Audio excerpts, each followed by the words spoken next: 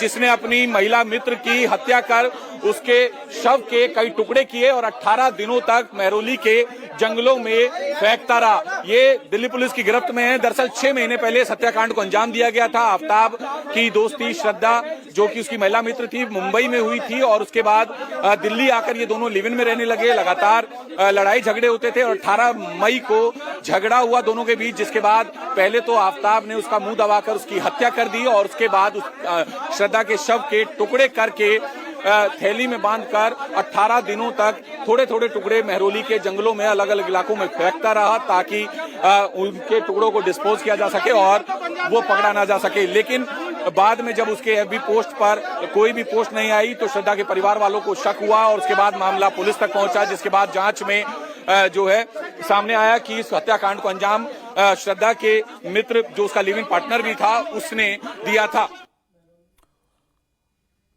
दिल्ली के छतरपुर में जिस घर में श्रद्धा की हत्या का आरोपी आफ्ताब रहता था, वहां हमारे संवाददाता अभय पराशर पहुंचे।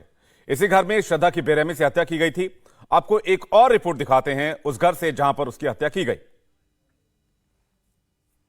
छतरपुर पहाड़ी का D93 मकान नंबर का फर्स्ट फ्लोर, जहां पर आफ्ताब ने बेरहमी से श्रद्धा की न केवल हत्या की बल्कि उसके शरीर के 35 टुकड़े कर दिए।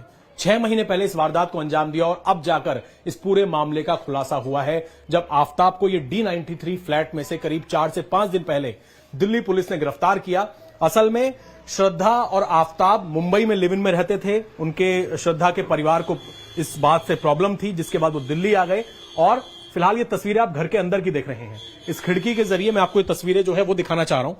ये पूरा ये जो फ्लैट है, इस फ्लैट के अंदर श्रद्धा और साथ में आफ्ताब यहां पर रह रहे थे, जिसके बाद करीब मई में यह बताया जा रहा है कि मई में जब उनका आपस में झगड़ा हुआ और श्रद्धा का गला दबाकर, उसका मुंह दबाकर, उसका दम घोटकर पहले आफ्ताब ने उसकी हत्या कर दी और हत्या करने के बाद जब उसकी हत्या कर दी उसके बाद उसे यह लगा कि आस पड़ोस के लोगों को पता लग जाएगा, जिसके लिए उसने पहले श्रद्धा की बॉडी के करीब 35 टुकड़े किए और 35 टुकड़े करने के बाद ये जो आप देख रहे हैं यहां पर वो एक नया फ्रिज खरीद कर लाया। उसका ये थर्माकोल है और जीता जागता सबूत है कि वो नया फ्रिज खरीद कर लाया और उन 35 टुकड़ों को फ्रिज के अंदर उसने रखा और 18 दिन तक, यानी कि हत्या करने के बाद 18 दिन तक पास का ही जो महरौली का जंगल है वो वहां पर जाता, रोज कुछ ना कुछ टुकड़े जो है वो फेंक देता, ठिकाने लगा देता। उसकी मंशा यह थी कि वहां पर जो जानवर हैं वो उन्हें खा जाएंगे और इस पूरे मर्डर का खुलासा नहीं होगा।